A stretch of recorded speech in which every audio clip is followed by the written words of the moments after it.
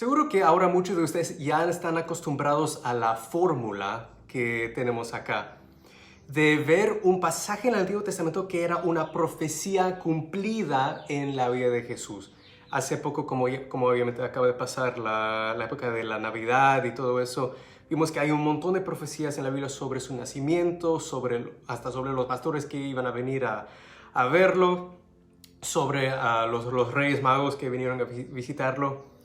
Entonces, avanzando un poco más, para el día de hoy, no sé si les estoy decepcionando o no, pero no hay ninguna profecía en el Antiguo Testamento sobre el bautismo de Jesús.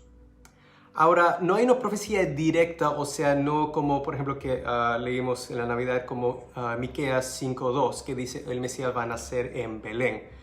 Entonces, en ese sentido, no hay ninguna profecía que dice el Mesías va a ser bautizado en el río Jordán. No hay nada así de específico.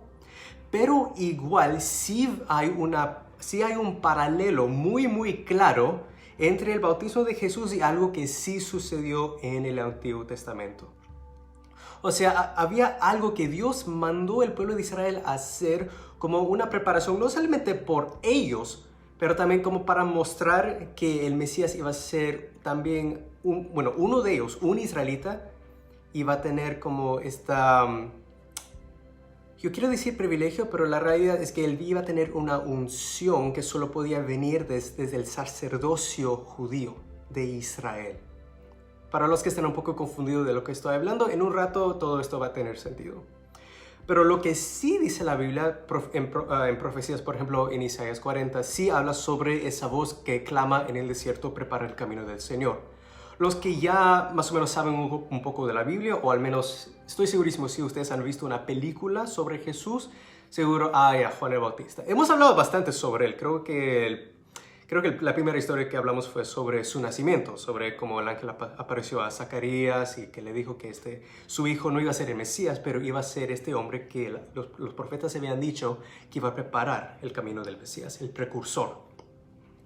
Entonces, esto es algo muy único porque la razón por la cual tenemos 4 evangelios, Mateo, Marcos, Lucas y Juan, es que estos son 4 hombres y mira, los únicos en ese grupo, los únicos que sí se conocían muy bien era Juan y Mateo, porque esos dos eran discípulos de Jesús.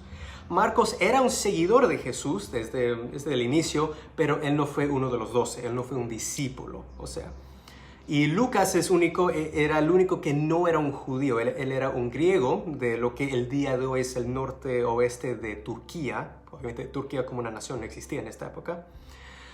Él era un amigo del apóstol Pablo, entonces mucho de lo que él habla viene del testimonio del apóstol Pablo y también, según la tradición de la iglesia, él pasó tiempo en Israel, él fue y él entrevistó personas que sí habían conocido a Jesús en persona y de ahí viene su evangelio y por eso tiene tantos detalles. Pero van a darse cuenta cuando ustedes leen los evangelios de que hay historias que aparecen en solo uno. Por ejemplo, una de las historias más famosas de toda la Biblia es la historia de cuando Jesús salvó a la mujer que había cometido adulterio. Eso solo lo menciona Juan, por ejemplo. La historia de los Reyes Magos solo lo menciona Mateo y hay muchos ejemplos de eso. Hay muy pocas historias de Jesús, pero yo diría que son las más importantes que lo mencionan los 4 evangelios. También vas a ver muchos milagros de Jesús que lo mencionan 2 o 3 de ellos, pero uno no lo menciona porque para la historia que él quería contar realmente no importaba. Entonces, el bautismo de Jesús es una de estas únicas historias que sí lo mencionan estos 4 autores, los 4 evangelios. Y también la crucifixión y la resurrección de Jesús también lo mencionan los 4 evangelios. Pero solo 2 hablan del nacimiento específicamente de Jesús. Esos son Mateo y Lucas.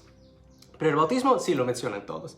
Por eso normalmente acá con mi Biblia yo leería directamente, pero yo no podía elegir entre los 4. Simplemente más o menos en mi mente cuando yo lo estuve estudiando lo mezclé todo el narrado ahí para darles una historia muy clara.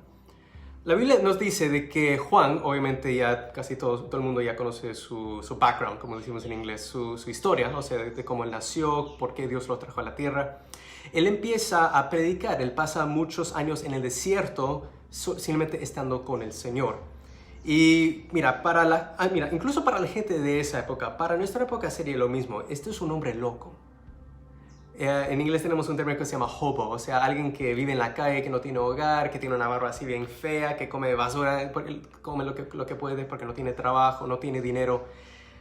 Creo que vagabundo es una palabra que usan en el español por eso. Y Juan el Bautista hubiera sido alguien así. La Biblia lo describe como un hombre que vivía en el desierto, que comía langosta y miel, eso era lo único que podían encontrar en el desierto. Y él empezaba a gritar que la gente se arrepienten y vengan al Señor porque ya pronto venía el reino de Dios. Y empieza a confrontar también a los autoridades. Él confronta a los soldados romanos, él confronta a los fariseos, que eran los líderes espirituales de esa época. Y al pueblo les exige de arrepentirse y que se bauticen. Entonces, mira, hasta el día de hoy tú puedes ir al río Jordán y puedes ir al mismo sitio donde Juan tenía la reputación de bautizar a la gente. Y entonces, mira, es una mal concepción que tenemos en la iglesia de que el bautismo es algo únicamente cristiano. O sea que esto fue algo que fue inventado en el primer siglo después de Cristo. Algo que, no, Jesús no lo inventó, pero Juan el Bautista, por eso lo llamaban el Bautista, pues. Él inventó el bautismo. Eso no es cierto. Y la razón por la cual muchos de nosotros creemos eso es porque no nos damos cuenta de que la palabra bautismo viene de una palabra griega, bautismo, que significa sumergir en el agua. Pero el acto, mira, la palabra bautismo sí viene del primer siglo, pero el acto de sumergir a alguien en el agua con el propósito de purificación, eso no es único al cristianismo. Hasta el día de hoy, esto se practica en las sinagogas judías, si no sabían, pero lo llaman por otro nombre. Y también en el Antiguo Testamento también existía, pero en esa época también lo llamaban por otro nombre. Lo llamaban mikvah. O sea, esa cosa era como una tina que usaban más o menos, donde sumergían a la gente en el agua. Eso se llama la mikvah. Eso es la versión judía, bueno, la versión original, si vamos a ser sinceros. Eso es la versión original de lo que es el bautismo. Entonces, ¿qué era el propósito de eso? Bueno, los que han leído el Antiguo Testamento saben de que Dios hizo un pacto, el pacto antiguo, o lo que el día de hoy llamamos el Antiguo Pacto, Antiguo Testamento, ¿no ves los paralelos? Con el pueblo de Israel, y Él estableció un sacerdocio. Para los que no saben, para que existía el sacerdocio, era alguien que intercedía o mediaba entre Dios y el pueblo. Mira, todo esto inicia desde la creación, donde Adán y Eva técnicamente eran los primeros sacerdotes, porque tienen esta relación directa con su creador. Dice, por ejemplo, Génesis 2, de que ellos caminaban con Dios en el jardín. Esa era la costumbre, literalmente tenían una amistad con su creador. Pero el pecado y la muerte nos separó de la presencia de Dios. Entonces Dios eligió al pueblo judío, el pueblo de Israel, para restaurar esa relación que se había quebrado. Entonces el pueblo de Israel eligió a este pueblo, el pueblo de Israel, y que él dijo desde el inicio de que de acá va a venir esta semilla de la mujer que va a aplastar la cabeza del serpiente, pero en el proceso ser dañado. Obviamente ahora conocemos eso como el Mesías. Entonces Dios estableció una manera que él podía estar cerca de su pueblo, cerca de Israel, sin dañarlos. Porque la humanidad en pecado no tiene la capacidad de estar en la presencia de Dios sin ser destruidos. Entonces Dios tuvo que apartar. Mira, hasta la palabra santo o santificar significa apartar con un propósito santo, un propósito divino. Entonces no cualquiera podía entrar a la presencia de Dios que existía en el tabernáculo. Por ejemplo, en la época de Moisés había un grupo específico que Dios ungió, el pueblo de Leví. De ahí viene la familia de Moisés y Aarón. Él ungió a esta familia para que sean sacerdotes, para que cuando el pueblo querían acercarse a Dios para ofrecer sacrificios, pedir perdón, hacer alguna petición, ellos no lo podían hacer directamente. Ellos tenían que ir a través del sacerdocio. Tenían que ir al tabernáculo y decir, hola, sacerdote Aarón, o quien sea que estaba ahí, Elías, Fineas, que estos eran los hijos y nietos de Aarón. Yo quiero ofrecer esto a Dios. Y decían, ya está bien, dámelo. Y tenían un proceso, ritual. Y por eso el libro de Levítico para el cristiano, especialmente ahora en el siglo XXI, es como que, ¿para qué nos sirve esto? No nos sirve en el sentido de práctica. O sea, no tenemos que sacrificar a vacas o a ovejas de la manera como antes. Simplemente muestra cómo era en esa época para que la gente pudiera acercarse a Dios. Y vemos la diferencia como Jesús, que cumplió la ley, ahora nos dio pasaje, ahora nos dio un camino hacia el Padre sin tener que seguir estas leyes del libro de Levítico, bueno, de todo el Torah realmente. Entonces, este rol, esta oficina del sacerdocio fue pasado de padre a hijo, heredatorio. Fue algo heredado de padre a hijo. Entonces, aun si alguien no parecía sacerdote, si tu papá era un sacerdote, aun si tú no temías al Señor, aun si tú no hacías lo que tenías que hacer, aunque a la gente les gustaba o no, eras un sacerdote.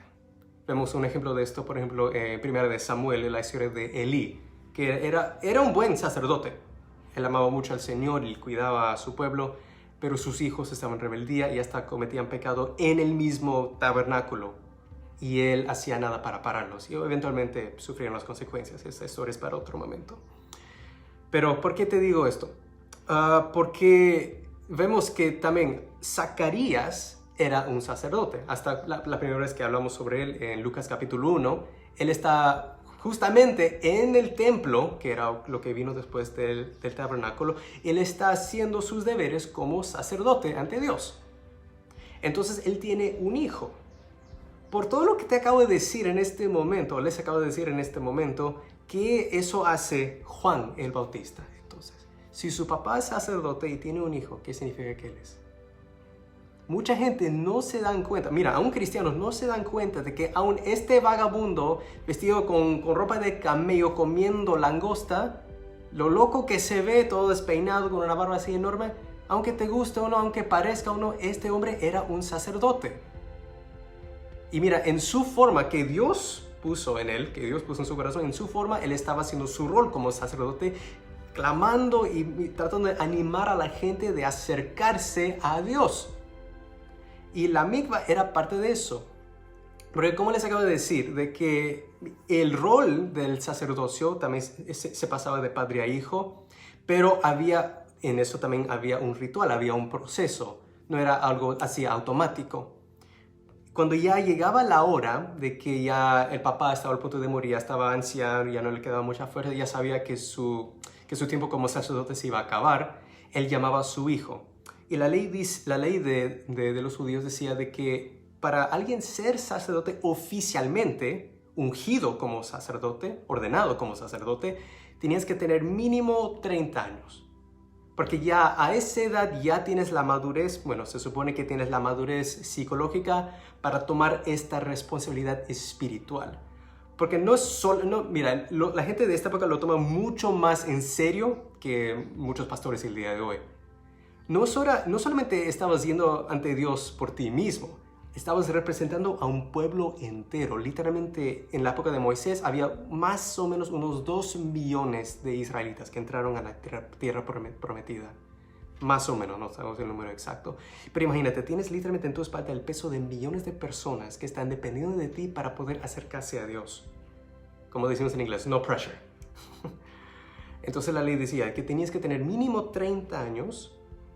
Y tu papá, que ya era sacerdote, él solamente tenía la autoridad de poner sus manos sobre ti y ungirte como sacerdote. Pero el primer paso era de que tenías que purificarte.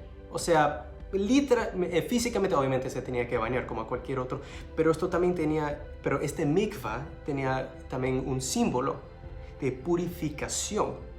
O sea, es como tú estás dejando tu vida antigua detrás tuyo y estás saliendo de esa agua una nueva persona. Antes este hombre solamente era el hijo del sacerdote, era un futuro sacerdote. Ya todo el mundo sabía cuando este hombre cumple 30 años y su papá ya está anciano, su papá va a poner sus manos sobre él y él va a ser el nuevo sacerdote. Entonces ya al final cuando él sale de la mikvah, él oficialmente sale como una nueva persona. Y cuando él salía de la mikvah, todavía así todo mojado, el sacerdote, su papá, agarraba el aceite de olivo que representaba el Espíritu Santo y ungía su cabeza. Es por esa razón que también los reyes de Israel también les ungía con aceite, como este era un representante de que tenían el Espíritu de Dios sobre ellos Y fue Dios mismo, el Espíritu Santo, que les iba a ayudar a cumplir este rol que ahora ya tienen, esta nueva responsabilidad que ya tienen.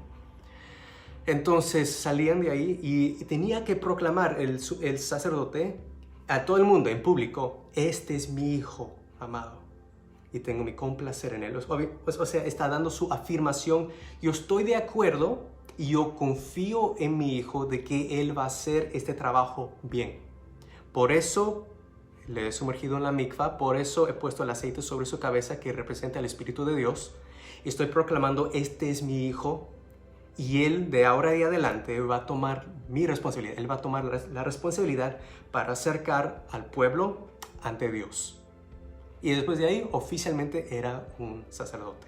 Y obviamente tenía mucho que aprender, pero ya desde ese momento, esa ceremonia, era un sacerdote. Ahora, todo ese proceso que les acabo de explicar, de cómo se ungía al sacerdote en la época del Torá, de los judíos, si empieza a sonar algo familiar, hay una buena razón por eso. Porque mira, desde niño, cuando nosotros escuchamos la historia del bautismo de Jesús, la pregunta más común era: ¿por qué Jesús tuvo la necesidad de bautizarse? Porque en la iglesia cristiana siempre decimos, y el mismo Pedro lo dijo: arrepiéntanse de sus pecados y bautízanse en el nombre de Jesús para que puedan ser perdonados por sus pecados y recibir el Espíritu Santo. Ahora, Pedro también era judío, entonces él sabía muy bien sobre todo el proceso del sacerdocio y la mikvah. Entonces, se supone que el bautismo es para la gente que quieren arrepentirse de sus pecados y unirse a Cristo. Como dice primero de Pedro, que estamos llamando a Dios por una buena conciencia a través de la muerte y resurrección de Jesús. Entonces, si Jesús era perfecto, eso es una de las bases de la fe cristiana, de que Jesús, siendo Dios, era completamente perfecto, que él nunca pecó. Hasta el libro de Hebreos nos dice de que Jesús fue como nosotros, los seres humanos, en todo menos el pecado.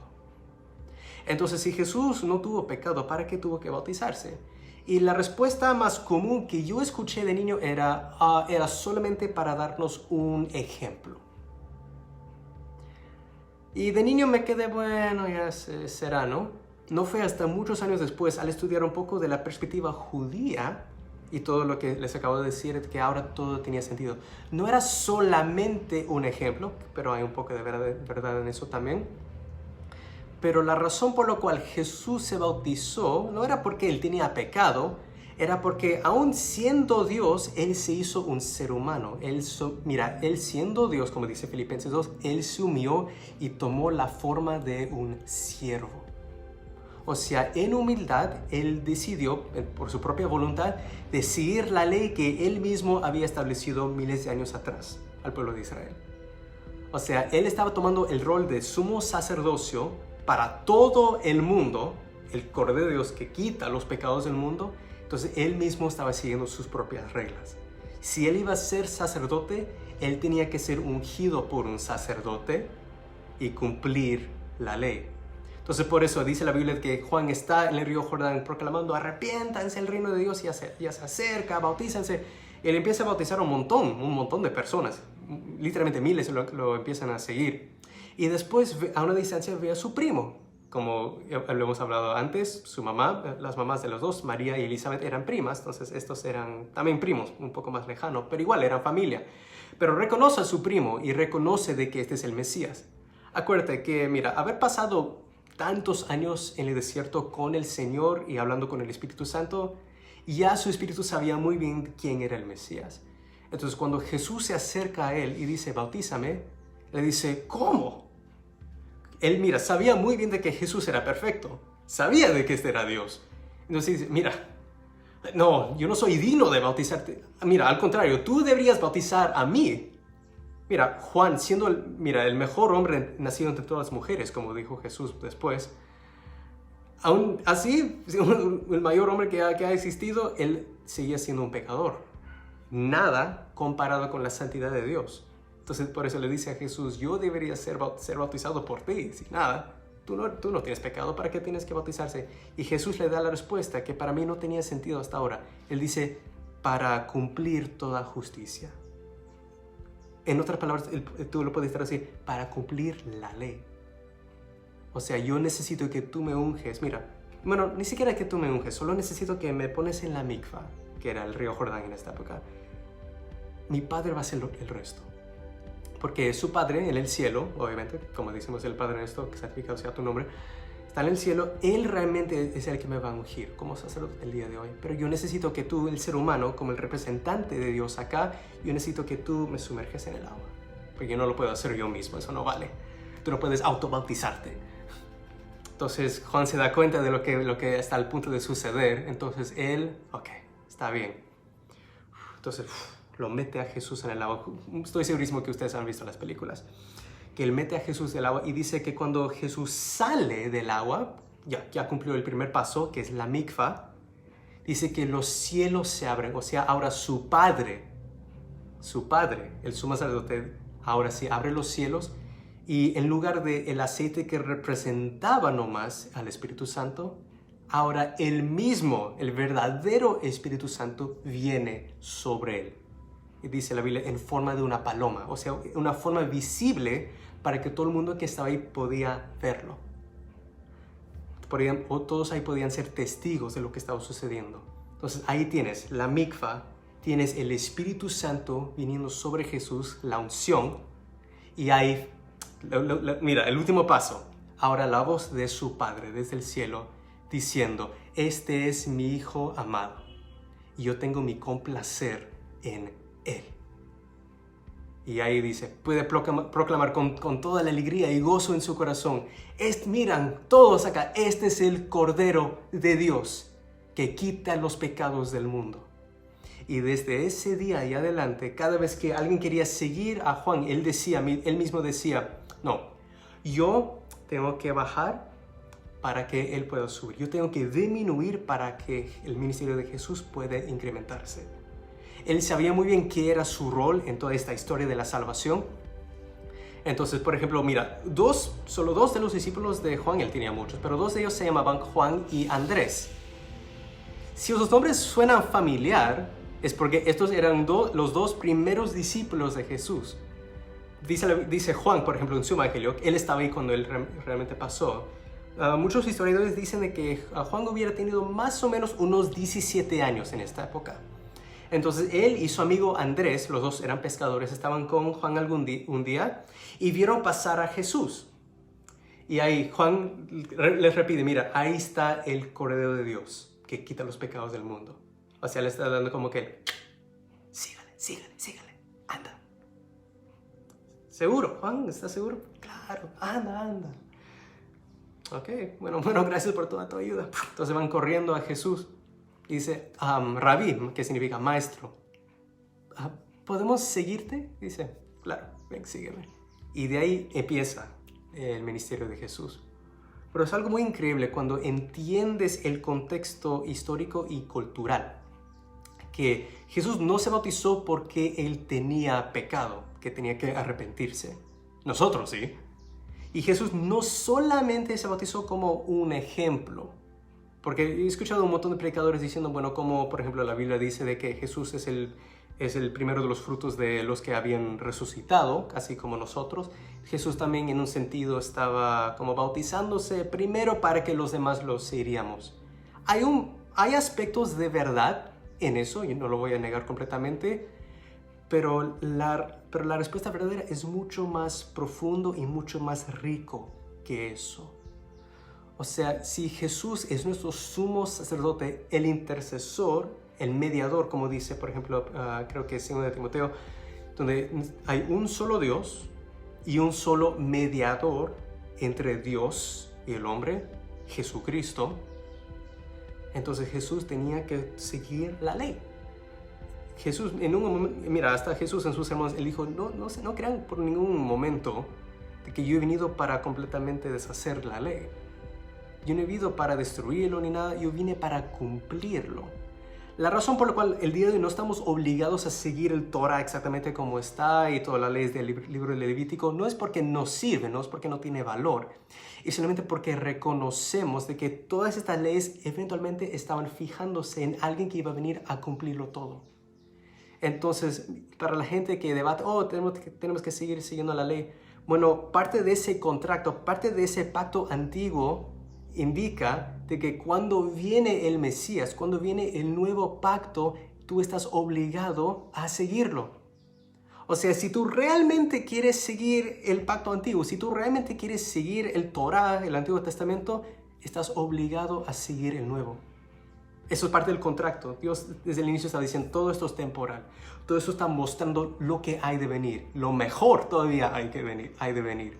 Porque va a venir alguien que va a cumplir todo esto y restaurar todo lo que se perdió en el Edén. Porque la sangre de las cabras, los toros, todo lo que se sacrificaba, nunca iba a ser suficiente para restaurar toda la humanidad ante Dios. Tenía que haber un cordero perfecto.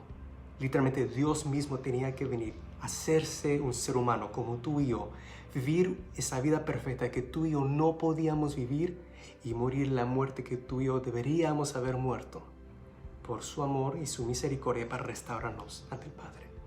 Y esa es la invitación que siempre les damos a cada persona cada vez que predicamos esto, porque eso es el Evangelio, son las buenas nuevas de que Dios vino para salvarnos. No porque nosotros lo merecíamos, sino porque por su amor y por su misericordia. Nosotros no sabemos lo que es amor realmente, pero Dios sí. Dice que nosotros sabemos lo que es amor, que nosotros siendo pecadores, Cristo murió por nosotros. Entonces, así como proclamaba Juan el Bautista, nosotros la iglesia, los cristianos, el día de hoy, en el siglo XXI, proclamamos lo mismo: arrepiéntanse. Únete a Jesucristo, así como Pedro, después del Pentecostés, cuando todo el mundo fue ungido por el Espíritu Santo en el Pentecostés, él también proclamó lo mismo: arrepiéntanse de sus pecados y bautícense en el nombre de Jesús, para que también ustedes puedan ser perdonados de sus pecados y recibir al Espíritu Santo, y para que cada uno de ustedes también puedan ser sacerdotes. Eso es el punto. Dios está haciendo a cada uno de nosotros sacerdotes, para que ya no tenemos que estar aparte de la presencia de Dios. Todos ahora tenemos acceso a la presencia de Dios. Entonces vamos a orar muy simplemente, como siempre. Yo no te estoy dando, esta no es una fórmula mágica, palabras mágicas que tienes que repetir, no es una mantra como muchos quieren decir. Y simplemente esto viene directamente de los Salmos y viene directamente también de una de las parábolas de Jesús. Es: Dios, ten misericordia o ten piedad de mí, un pecador o pecadora. Ahí donde sea que tú estás, yo sé que hay mucha gente nueva, cada semana hay gente nueva que tiene que arrepentirse de algo. Entonces, ahí donde están ustedes, voy a dejarles un momento para que ustedes hablen con Dios, como sacerdote ante Dios. Y como siempre, esta es la declaración de fe. Nosotros vamos ante Dios con confianza por esta razón. Porque yo confieso con mi boca de que Jesucristo es el Señor, de que Él murió por mis pecados, tomó todo mi pecado sobre sí mismo en la cruz, y al tercer día Él resucitó entre los muertos para darme vida eterna. Y Espíritu Santo ahora habita en mí para que yo pueda ser una luz en medio de estas tinieblas.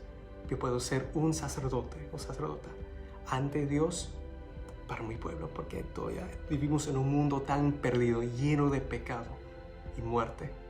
Pero tú viniste para restaurar lo que se perdió y para traer vida nueva y vida en abundancia. Damos toda la gloria y la honra a ti, Dios Padre, Dios Hijo y Dios Espíritu Santo. Gracias, Señor, por tu palabra. Bendiciones, iglesia, y bendiciones a todos los que nos han visto el día de hoy a través de Facebook Live.